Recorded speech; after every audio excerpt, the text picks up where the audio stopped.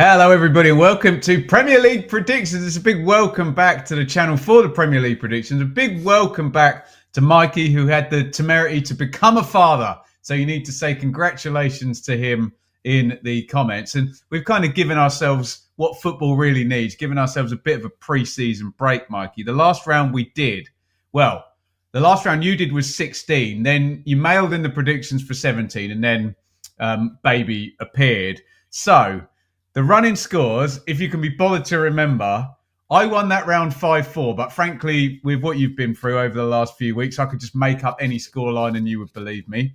That put the weekly scoreline to 8-6 in your favour. I went over 100 though. It's now 101 to me, 107 to you in the aggregate. And therefore, it's a big welcome back, Mikey. Congratulations, but more importantly, you're still winning on the predictions. Yes, thank you, Ben. And what I've been doing is the last couple of weeks, I've just been running the clock down. I had plenty of time to come on here and do predictions with you, but I thought, if I can skip another match week, I'm edging closer to the end, and I'm still in front, but only just. But yeah, back properly now. I think it was five weeks with probably 8 or 9 match weeks that I've missed. Feels like, but yeah, good to be back. He is channeling his inner James Trafford for you EFL watchers, whose shoelace just happened to come undone at the exact point Sunderland had a penalty the other day. And he's stuck to that story in the post-match interview. You love to see that type of housery. Get involved in the comments with your own predictions here. Excuse me. We'll put all the fixtures down in the description so you can do a nice, easy copy-paste. Get your predictions in. You know how the scores work. It is 1 point for a correct outcome. Home, away, or draw. Give yourself 3 points if you get the scoreline correct. Good luck. It's harder than it looks. Give yourself a bonus point. 4. Wonder if one of these might appear at Anfield in this load of predictions if your scoreline has 5 or more goals. Mikey, this is beautiful. These two ex-EFL teams absolutely bossing it at the moment. Bournemouth versus Forest. They're both brilliant. They are, and there can't be many sets of supporters happier than Bournemouth and Nottingham Forest in probably the entire football pyramid at the moment. Bournemouth defying injuries, they're unbeaten in 10. Forest just defying the odds, and they're sitting pretty up in third, and just appear to be in a flow state. Everything just seems to be working as it should do for them, and they're putting away the weaker sides in the league, and then really going up against the teams at the top, as they did against Liverpool a couple of weeks ago. It's been a decade, though, since Forest last beat Bournemouth, would you believe? That was in 2015 when Bournemouth got promoted. I feel like I've done this one before, Ben, talking about Forest's weird record against Bournemouth. And partly because of that, but also partly because I think they're both in a position where they'll see a point as a good result. I'm going to go for a 1-1 draw here. I better scribble out my 1-1 I've got written on my pad there, Mikey. I think so many people are going to go 1-1 on this one because it's so difficult to predict either of these two to lose. Normally, you'd kind of go with the home side and the home advantage, but Forest are so strong defensively. I don't want to take a 0-0 because Bournemouth press so well and they're so good going forward. So I wanted the 1-1. I'll take a Desmond then, but I cannot have either of these teams losing this week, even though one of them might. Let's move on to Birmingham. Birmingham are in League One, and they're playing Wrexham coming up. But I need to talk about Brighton versus Everton. And Everton, annoyingly, have hired David Moyes, which means I think they're going to start picking some points up. So I'm going to go for another draw here. And I'm first up, so I'll take the 1-1 here. I'm sure a lot of people will have a home win and Brighton favourites, but I just think here comes Moyes. Here comes some low-margin draws. Yeah, I'm going for a completely different school of thought here. I'm going for a chaos game. I'm going Brighton 3, Everton 2. Brighton have never doubled Everton in their history, but I'm backing them to do it here. They had a good win on the opening day of the season at Goodison. So much attacking talent, and they've got a few players back fit, and they've also been a lot more solid in the last couple of games. A clean sheet at Portman Road, and then just one conceded in that win at Old Trafford. Everton are definitely back, and David Moyes is certainly back, but I can't see them getting anything here. What's the most difficult game in the league? Liverpool away. Who's going there this weekend? Ipswich. Yeah, unfortunate timing after that pretty disastrous 6-0 defeat against Manchester City, whereas Liverpool were doing what champions do away at Brentford, just grinding out a result when it looked like they weren't going to get one. I expect that because of the Champions League, they played against Lille on Tuesday night.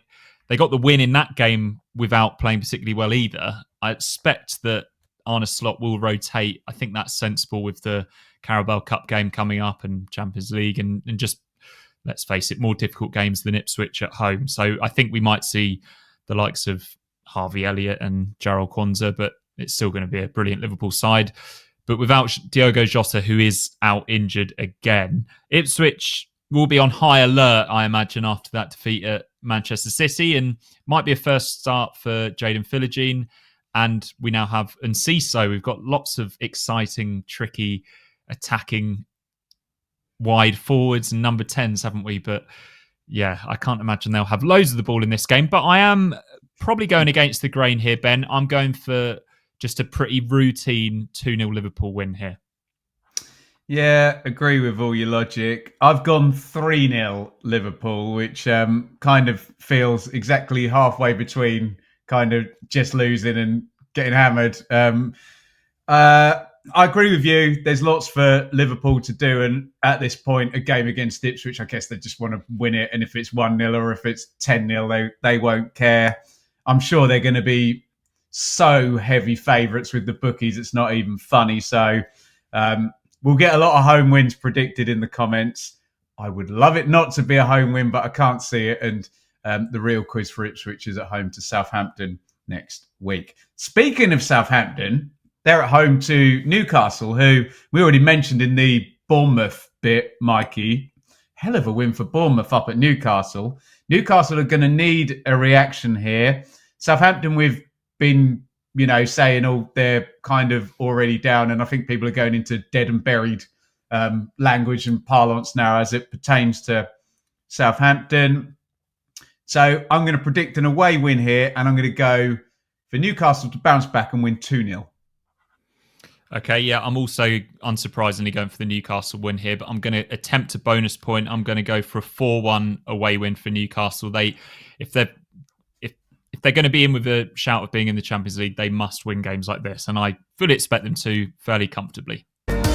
Blue Monday is proudly brought to you in partnership with our friends at Atwell Solicitors, your ideal legal partner for work on property or business law. Their client care has repeatedly been recognised as outstanding, and they are people-focused with a plain English approach which sets them apart. They have offices in Ipswich, Colchester and London, and to find out more, head to atwells.com. Wolves versus Arsenal. This is Mateus Cunha's audition before hopefully going to Arsenal at the end of the season. I'll stop being completely biased in this show. Wolves Arsenal. Yeah, Wolves do seem to be in a bit of a mess, and you do worry for them. Well, the neutral and Wolves fans will worry for them if Mateus Cunha does end up leaving this January. He's been such an important player for them in the last couple of years and carried them at times this season. Arsenal just simply need the winning run to end all winning runs, don't they? If they're going to have any chance of overhauling Liverpool, who, as we've mentioned, are unlikely to drop points this weekend.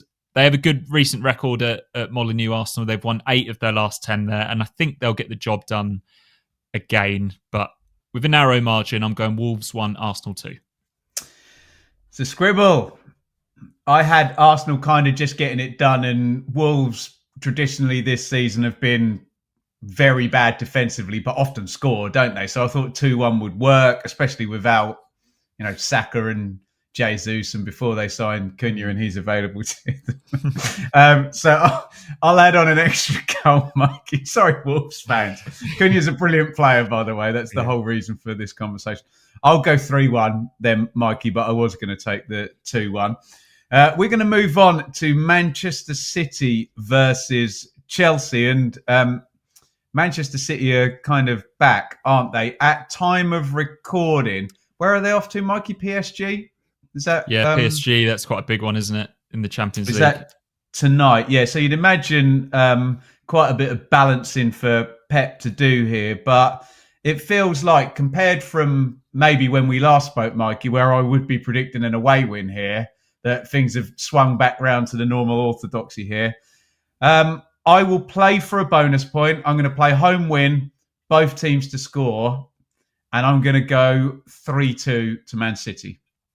Yeah, I could definitely see that happening. It's not a scribble for me, but it's not far off. I'm going Manchester City 3, Chelsea 1.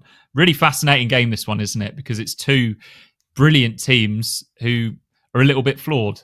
And obviously you have the Guardiola and Maresca relationship, and of course the sub narrative of Cole Palmer going back to Manchester City, and he's up against Phil Foden, who has recaptured some of his best form in recent games. So yeah, Maresca versus Guardiola, Palmer versus Foden, and Manchester City versus Chelsea, ending in a 3-1 win for City.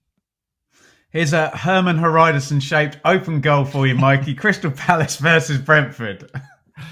Love it. Always love to hear that name come up. One of my all-time favourite players. And it's so unfortunate for him that he's just associated with relegations, because he was actually a really fantastic defender for Ipswich, at least, wasn't he? Palace, since we last spoke, have really picked up, haven't they? Lost just 2 of their last 14 in the league. Losing Trevor Chalobah to Chelsea's definitely a blow. Richards has come in and he fits that right-sided centre-back position, but is a little bit of a downgrade on Chalobah in most respects. Brentford pushed Liverpool hard, as we mentioned last week, and their games this season have produced 79 goals. I think this is a bit of a weird stat, but if they manage to score in this game, they'll become just the 3rd team in Premier League history to score and concede 40-plus goals in a season. Already? Yeah, already. Yeah. Wow. So there was a Spurs team that did it at some point, and that's not a surprise, is it? If I was going to say, guess what team has done this, you'd probably go for Spurs. Surely under Harry Redknapp as Leeds well. also did it a couple of years ago. I need a prediction, Mikey. Oh, sorry, Ben. It's in the title of the show. Yeah. I'm going for Palace 2, Brentford 1. I'm toying with the idea of a draw here. I think it's low scoring. I think it's low margin. Get this one on your bingo card. Brentford better at home than they are away. My instinct is to play a 1-1 here, Mikey, and that there's not a lot between the two, and they'll both kind of take it and try and take points off teams beneath them in the table. So I will play the 1-1, but I do quite like your 2-1, to be blindly honest. Tottenham versus Leicester. Well, Tottenham are this bad at the moment, but Leicester are this bad, and it's like 7 defeats on the trot. And we were sort of discussing on the Blue Monday podcast whether Ipswich don't need to actually look down despite losing 6-0 when the team directly below them has lost 7 games on the trot. So I'm going to back Tottenham. We'd expect both teams to score. We'd expect goals. And I'll go for Tottenham to win this one by 2-1. Okay, yeah, I'm going for Tottenham to win 3-1. This is a bit of a lose-lose game for Ange Postecoglou, isn't it? I mean, lose, and he's definitely a big loser, and the same if he draws, but if he wins, yeah, it's only Leicester. Feels like he's going to get that Carabao Cup second leg against Liverpool at least, though, so he's going to be around for a couple more weeks, whatever happens. But yeah, Leicester, 7 defeats in a row. They must turn things around, and we're better to do it than Tottenham. But yeah, I can't see it. Aston Villa versus West Ham, Mikey? Yeah, Villa, much harder to predict this season, aren't they? But they are on another long unbeaten run at home, but it's just maybe slightly less impressive than the one last season because of the 10 unbeaten games. There's been 4 draws in that.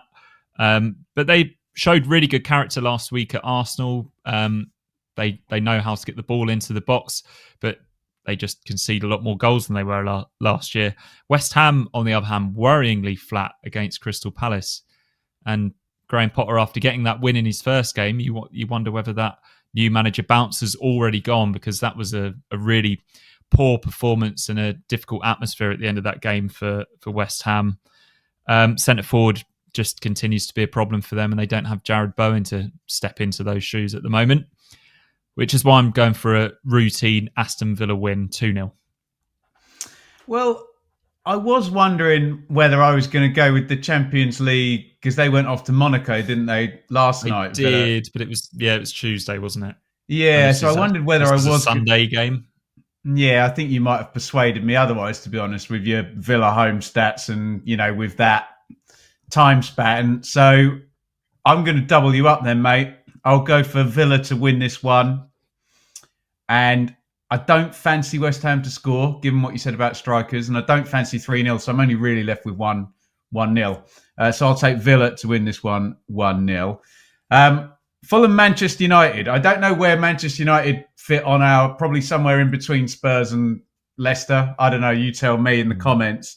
I've got to really back Fulham in this one, haven't I? Because when Manchester United tend to win, it tends to be a surprise against a team that is seemingly much, much better than them. And against just decent Premier League teams that are well coached and haven't been rubbish for a couple of years, they tend to lose, don't they? And they're off to Fulham here. So I'm going to back Fulham to win this one. Is it both teams to score, Mikey? I don't think so. 2-0 Fulham. Okay, I'm glad you decided it isn't, because I've gone for Fulham 2, Manchester United 1. Fulham was close. It was close, very close. Fulham have an awful record, Ben, at home to Manchester United over the years, and that includes the recent years where United have had their struggles. But I fancy Fulham in this one. Emil Smith-Rowe has recaptured his early season form. United just so fragile at the moment, confidence-wise, and they're so glued to that system. The worst United team ever, yeah? Yeah, so Ruben Amorim says, I think Fulham probably favourites for this one. But I'm going 2-1. Yeah, very, very much so. Get your predictions in the comments. That is our 10 for round 23. Normal deal, copy and paste from the description. Get them in up there. 1 point for a correct outcome. Give yourself 3 points for a correct scoreline and 4 for a bonus point if your game has got 5 or more goals. Mikey's spoiling us here with Brighton 3, Everton 2, Southampton 1, Newcastle 4. I've gone in with Man City 3, Chelsea 2 as well. So there's some potential, hopefully, for some bonus points. Guys, you were fantastic with your support for Mikey before things happened. So if you want to wish him congratulations in the comments, then do so. If you want to just get your predictions in, that's fine. And the bare minimum is hit the thumbs up on this damn video. And we will see you for the next one next week.